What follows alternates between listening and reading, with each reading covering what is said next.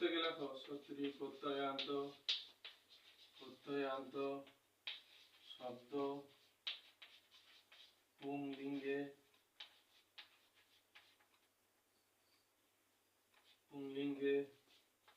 ধাবত স্ত্রীলিঙ্গে নদী এবং ক্লীবলিঙ্গে গচ্ছদ শব্দের মতো হয়। এবার একটা উদাহরণ লিখছি, যথা গম যোগ সত্রি।